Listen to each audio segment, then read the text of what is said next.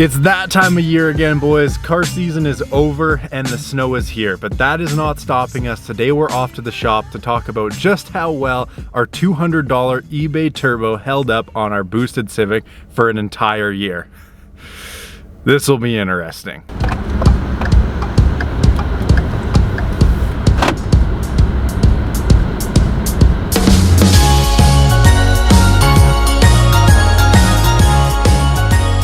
Welcome to Vlogmas Day 1. Now, this isn't going to be the typical Vlogmas. I just simply don't have enough time in one 24-hour day to make an entire video every single day for the entire month. But I'm going to try and beat my record of most uploads in 1 month. Right now, that record sits at 10 uploads per 1 month between shorts and long form. 6 shorts, 4 long form.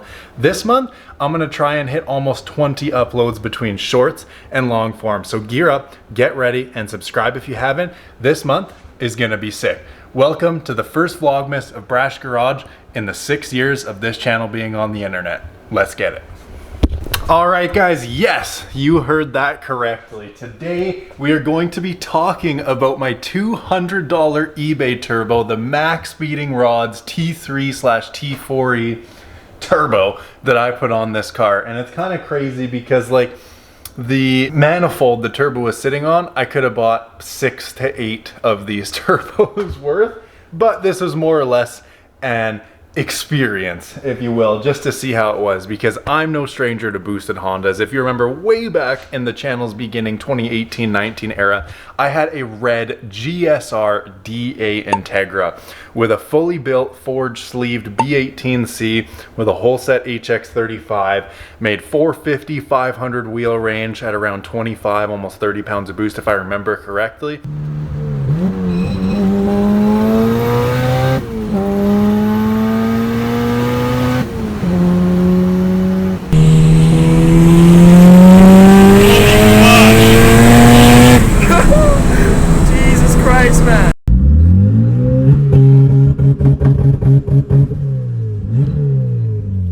And the thing was a rocket ship. It was a lot faster than this car, but that had a name brand turbo. I've owned a Veloster N with its own name brand turbo. I've been in Eli's Golf R with the IS38 turbo. I've been in Mitsubishi Evos 3000 GTs. I've been in a lot of turbo cars. So I always wondered how these $200 eBay turbos do, because I have wanted to go turbo for quite some time and I enjoy it, but I didn't want to spend a couple grand on a turbo because I thought I might be going back to NA or doing a K series. So I made a good kit, but I put an eBay turbo on to see what all the hype or all the letdowns about. And today we're going to get into that. We're going to check the shaft plate. We're going to check if there's any shrapnel in the intercooler piping. We're going to see if there's any oil dripping out the hot side and down the downpipe, and talk about it. This car we have beaten up for an entire year. Yes, you guys haven't seen a lot of it on the channel, but that's because most of it was short form content. I'll throw a lot of it up on screen now and throughout the video.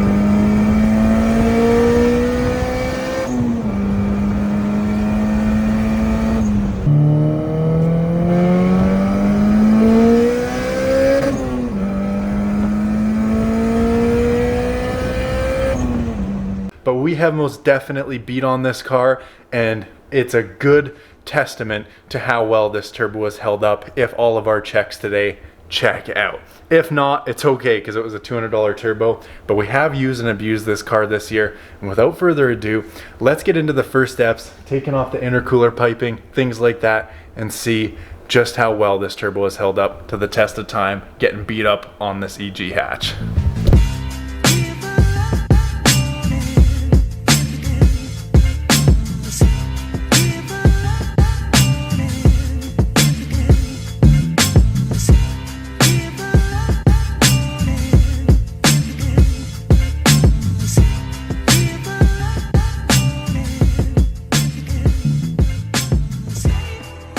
Okay, one cold side piece and the one hot side piece. I actually forgot we welded it all together, so the hot side is literally one pipe, and then we got two pipes on the cold side system. But Both of them are off now. The skinnier one, I don't know why it came with two different sizes, but the skinnier one is for the hot side, I guess just for clearance issues.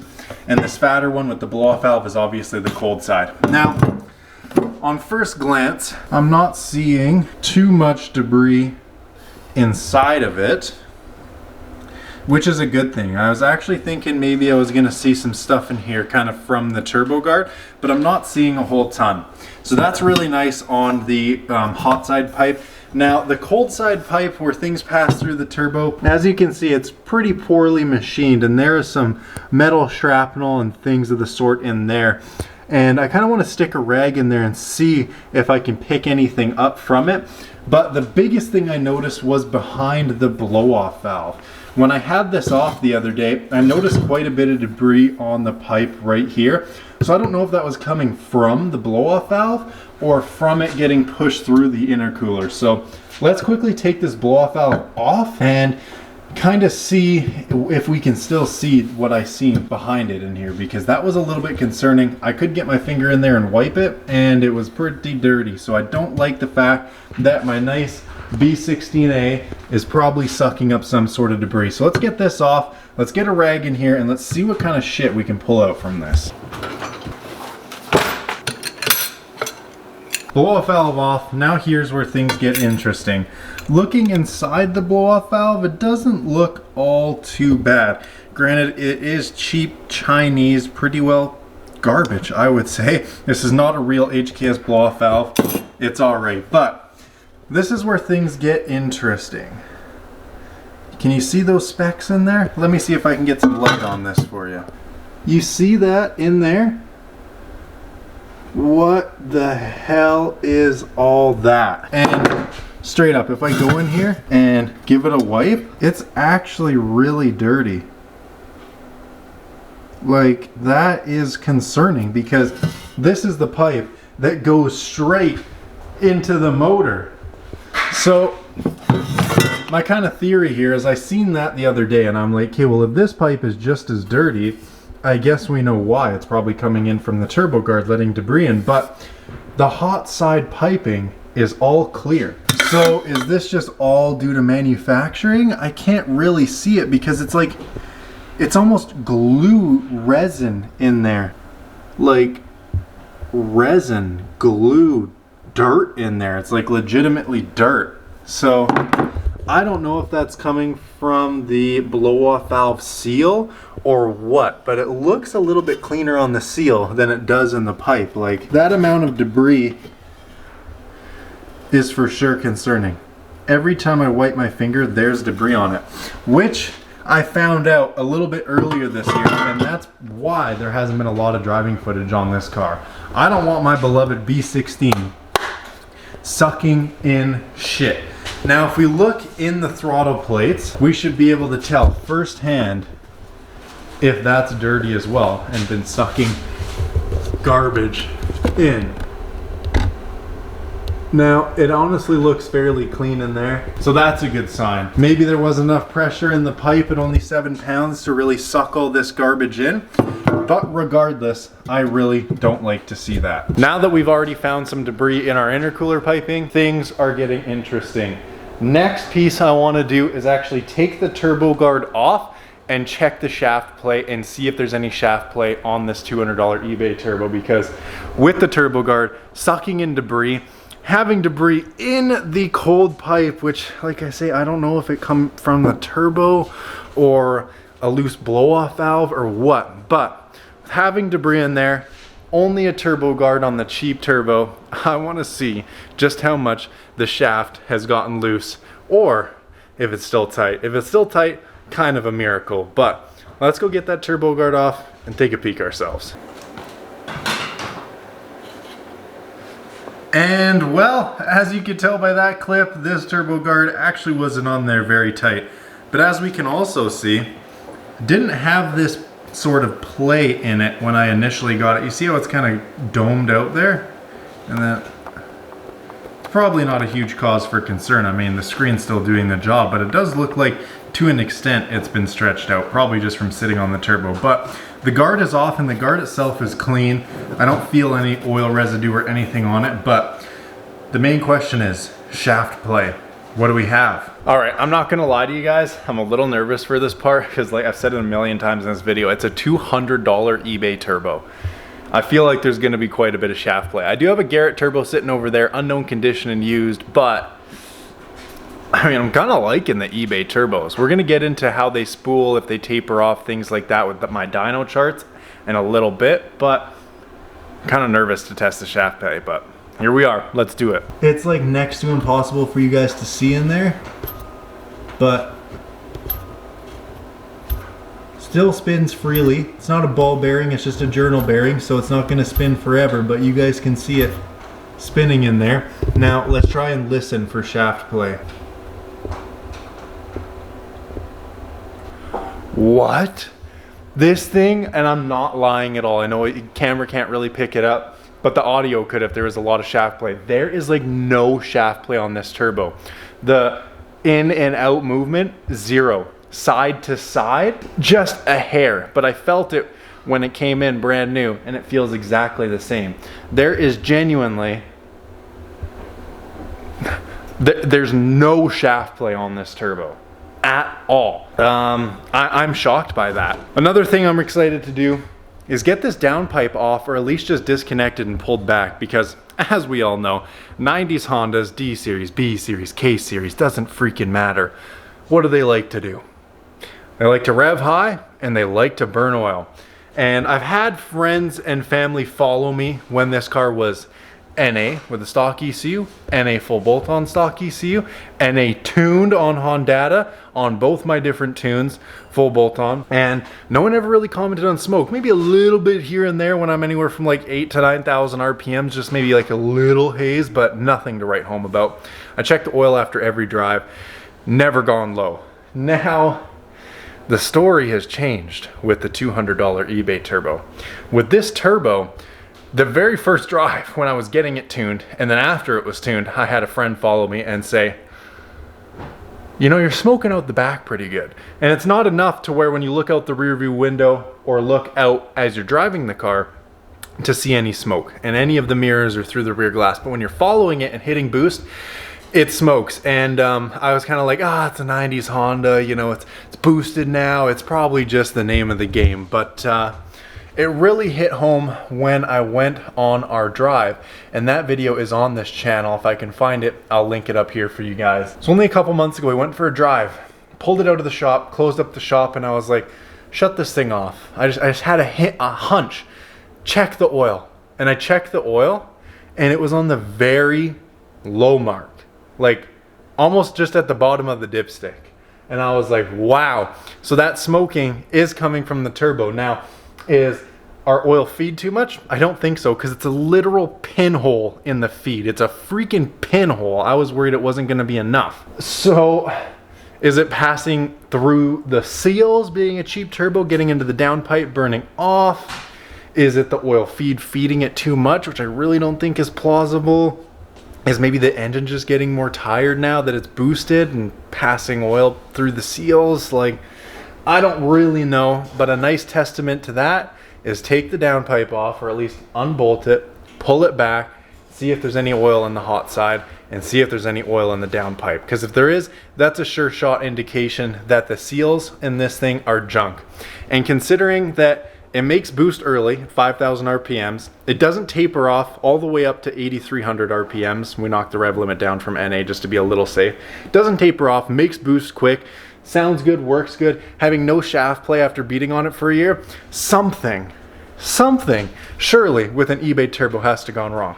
And my bet with that is kind of the oil seals, due to how much oil we've been flying through. Not only that, I want to check the oil right here, right now, to see if there's any more, because I've probably driven this car 3 or 4 more times without checking the oil. So let's check the oil, let's unbolt this downpipe, and let's see if these $200 eBay turbo oil seals are any good or any bad.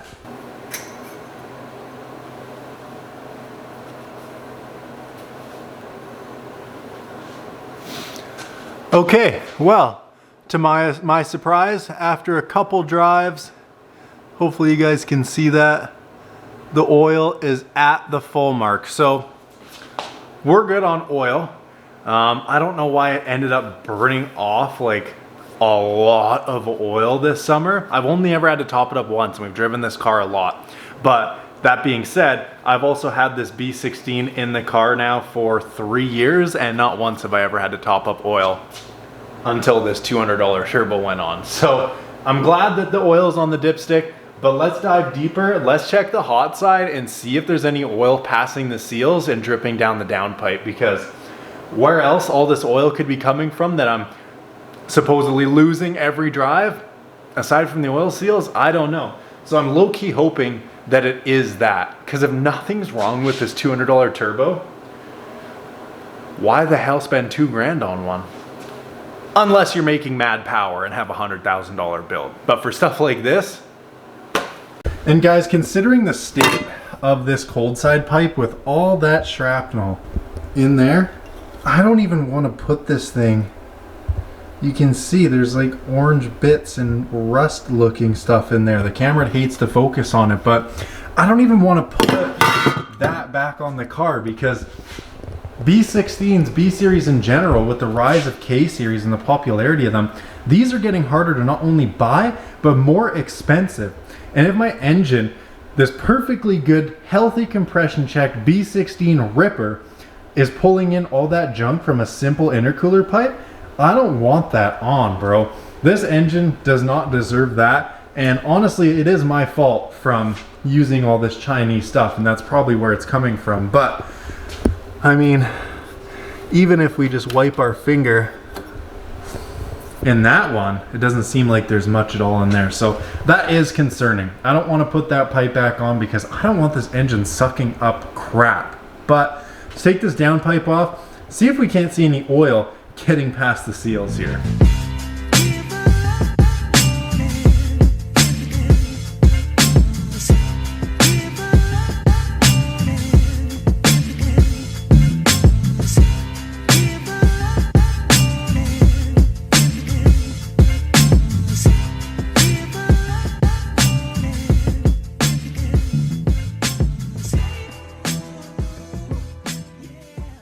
Okay guys, we're so close yet so far from this downpipe. I kind of figured taking it off the back hot side of the turbo would give us enough leeway to pull it back and look in here. Not the freaking case. So let's grab our jack stands, get this sucker in the air, and then we'll take a closer look once I get that V-band down there off. Once that off, we'll be able to get this downpipe well out of the way for the camera and you guys to see as well.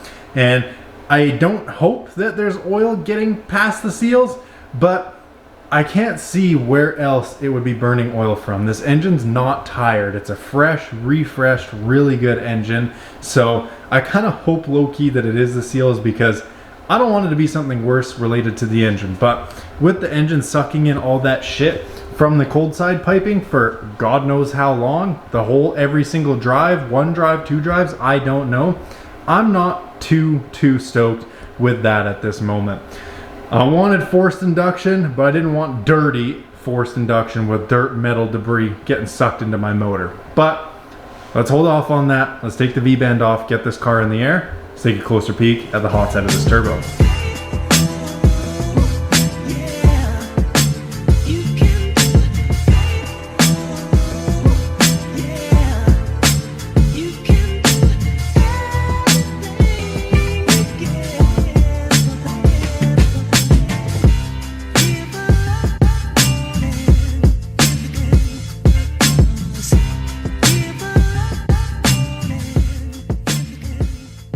Alright boys, here we are, car is jacked up, and we can finally move the downpipe out of the way, and oh my god, we might have an issue here. Let me get some light. Let's take a look. Rusty and motherfucking crusty. Oh my goodness. Yeah, as we can see from the downpipe, it's really just a lot of carbon. It is not wet in the slightest. So are these seals bad? Are they not bad? The wheel itself is dry, just caked with carbon, as well as the downpipe. When I separated it, I seen the wet on the inner lip of the hot side, kind of thinking, hey, you know, That might be some oil in there, but after further inspection of the hot side wheel itself and the inside of the downpipe, I think we're all clear on this as well, which is crazy because where that oil is burning from, I don't freaking know. Granted, we did take it on a solid 4, maybe 5 drives before I just checked the oil in this video, and the oil level is perfect. So maybe it was something from finding the right restrictor plate when I was getting it first tuned and things like that. But as far as I can tell, man, compressor wheel's good. We're gonna check the hot side wheel, but there isn't any oil or anything going down the downpipe. The only bad thing we found so far is debris in our intercooler cold pipe going right into the intake manifold. And honestly, that is a huge piss off. But this seems to be okay. I do want to check the shaft play right here on this, so let's go ahead and do that while it's here. Once again, zero shaft play. Just like the cold side, hot side has no shaft play at all whatsoever. It is a little bit wet in there, so let me just grab this. And let's just take a wipe. And probably just condensation more than anything from the cold exhaust, because with it being winter and us shuffling it around in the shop, it has gotten a few starts where I didn't really get the chance to warm up great. So since that's rust and there's no fluid on the hot side wheel or in the downpipe, I think it's safe to say the seals, the shaft play, everything is good. For a $200 turbo to get rat bagged on, stomping on limiter, hitting boost, almost overheating.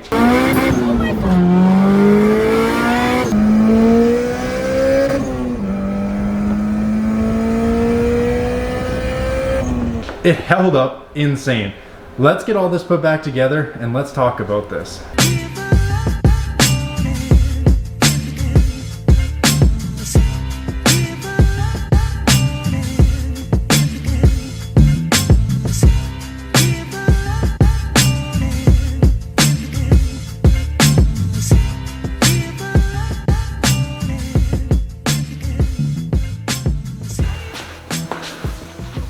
All right, so $200 turbo kit after an entire year of abuse, and it's held up. Cold side shaft play, hot side shaft play, non-existent, exactly how it was from the factory when I bought it. Oil seals seem to be okay. Looks like I've got the right restrictor plate. No oil in the hot side, no oil in the downpipe at all. So we might have another mystery with that, but that's besides the point. I bought this turbo for $200 on eBay. It's a cheap eBay turbo. Granted, it is max speeding rods. Now, when they came out, they started as like every other Chinese eBay turbo kit company. You could hardly pronounce the name. You didn't know what they were. They weren't like a real thing yet. And like Yonaka, they've kind of made themselves into somewhat of a brand name. I mean, hell, they have drivers. Max Speeding Rod has professional licensed drivers. They sponsor people's parts and builds and things like that. So they've done good for themselves, but regardless, a $200 turbo is still a $200 turbo. It's not a Garrett.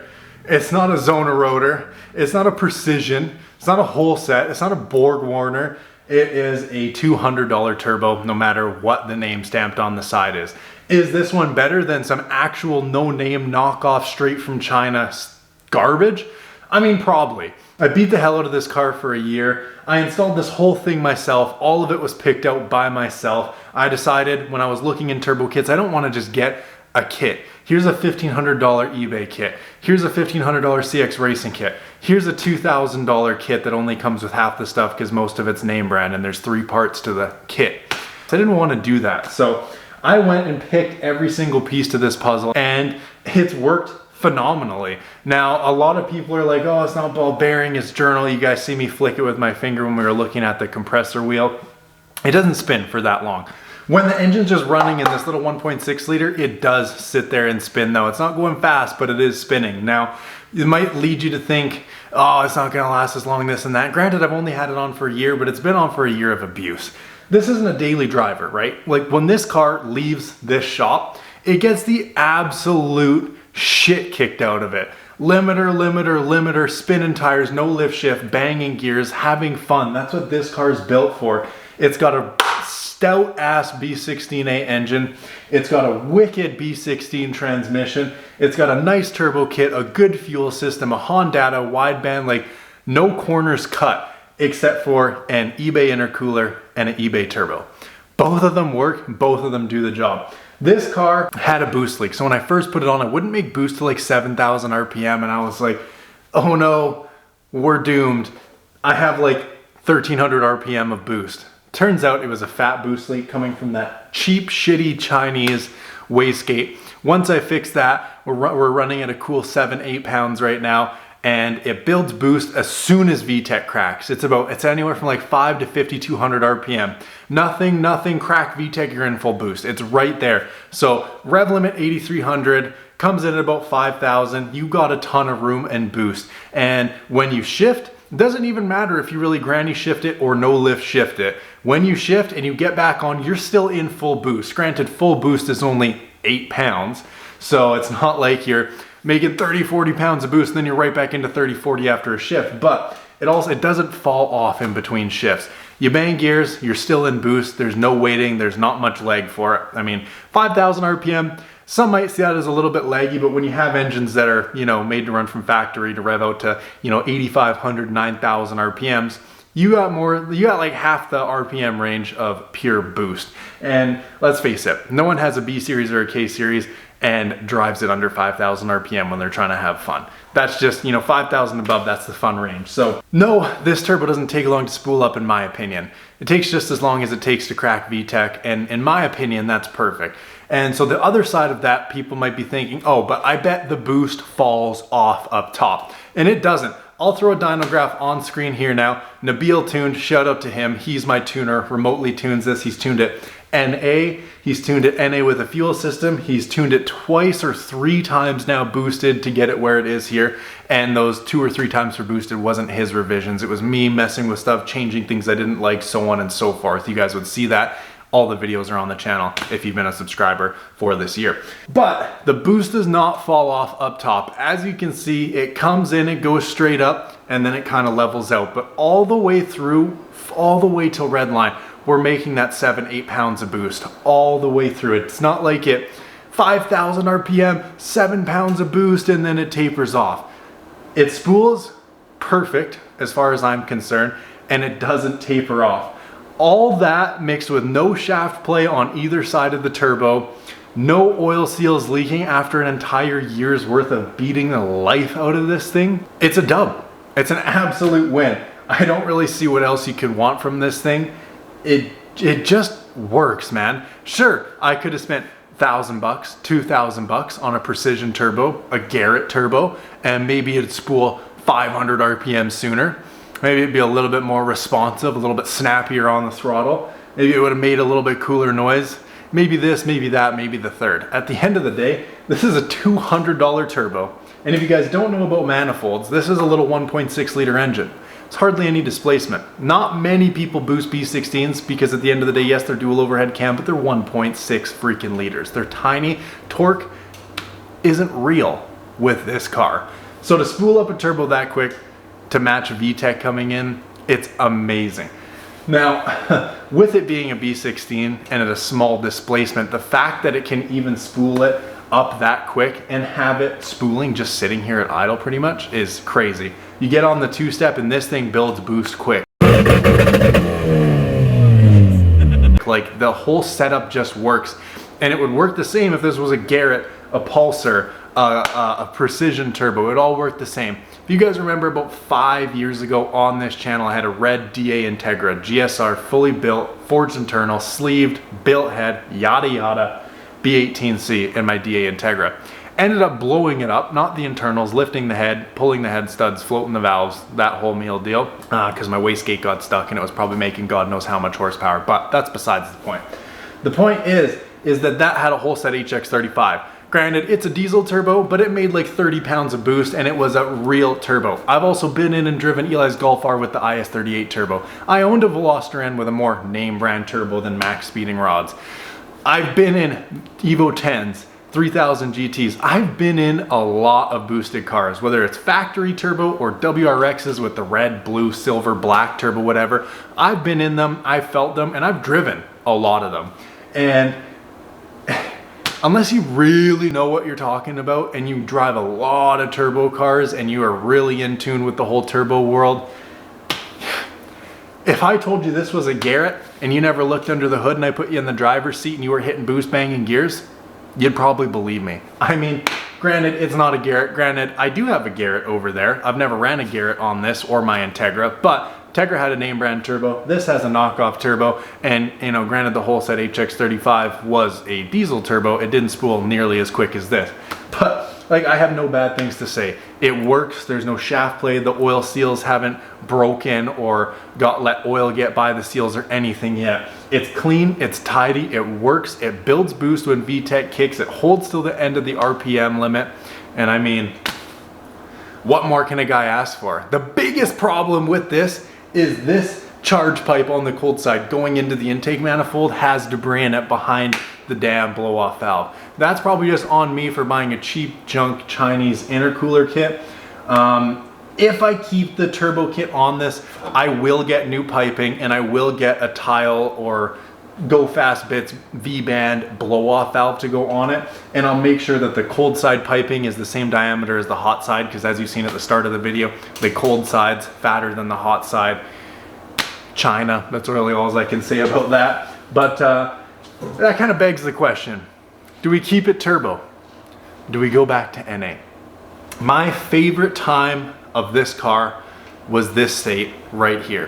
When it was NA, it had the black headlight housings, it had the hood bra, and I mean, just look at this engine bay. It was beautiful, it was immaculate, big carbon intake, red valve cover, heat wrapped race headers. Like, it ripped hard.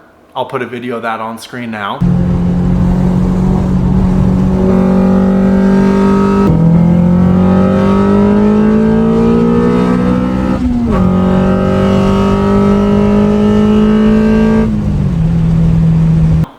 It ripped hard as hell for being NA and tuned. I mean, hell, I raced a GC8 WRX. One of my personal buddies has a GC8 WRX. I'm pretty sure it's an EJ207. Either way, it's a turbo EJ.